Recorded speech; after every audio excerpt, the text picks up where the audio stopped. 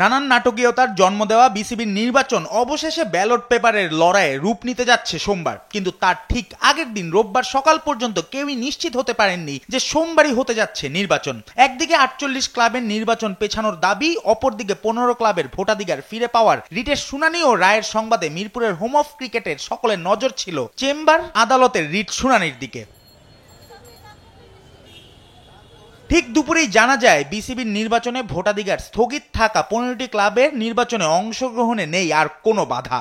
নির্বাচনকে কোনোভাবে স্থগিত করার কোনো রকমের কোনো সুযোগ নেই এই বলে আমরা সাবমিশন রেখেছি এবং এটাতে মাননীয় চেম্বার জজ আদালত সন্তুষ্ট হয়ে ওনারা স্টেটাকে বর্ধিত করেছে। তার মানে আগামীকালকে নির্বাচন হওয়াতে so far age relates to the first case, যেটা আপনার জেলা এবং বিভাগে যেই চিঠিটা নিয়ে প্রশ্ন করা হয়েছিল সেটা আর রয়েছে না।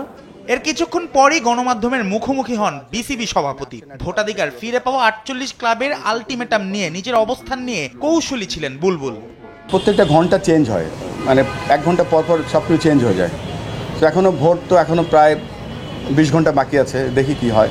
যে প্রক্রিয়া কার্যক্রম আগাচ্ছে তাতে সোমবার নির্বাচন হলে তা গ্রহণযোগ্য হবে কিনা এমন প্রশ্নের জবাবে কমিশনের উপর দায় চাপান বিসিবি সভাপতি। আইডিয়াল ভোট হচ্ছে কিনা এটা নির্বাচন কমিশন বলতে পারবে। পাশাপাশি নির্বাচন না পেছালে ঢাকার 48টি ক্লাবের সব ধরনের কার্যক্রম বন্ধ করার ব্যাপারে কোনো বিকল্প আছে কিনা সেটাও জানতে চাওয়া হয় তার কাছে। সেখানে এটা আমাদের হাতে কিছুই নেই, এটা নির্বাচন কমিশন। এবং আপনারা জানেন যে মাননীয় জজ বা ঢাকা আমাদের যে জুডিশিয়াল ডিপার্টমেন্ট সেখানে তারা গিয়েছে, সেটা আমাদের হাতে কিছু করার নেই। আমরা সবাইকে বোঝাবো হাউ ইম্পর্টেন্ট ইজ ক্রিকেটার্স এবং বাংলাদেশের ক্রিকেট।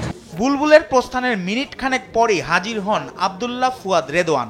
নির্বাচন নিয়ে অভিযোগ তুলে দেন সরে দাঁড়ানোর ঘোষণা। ফলে আগেই পরিচালক হিসাবে ক্যাটাগরি ঢাকা বিভাগ থেকে নিশ্চিত হয়ে যায় বুলবুল ও নাজমুল আবেদিন ফাহিমের পরিচালক পদ। জুবায়ের নূর, স্পোর্টস ডেস্ক, দেশ টিভি।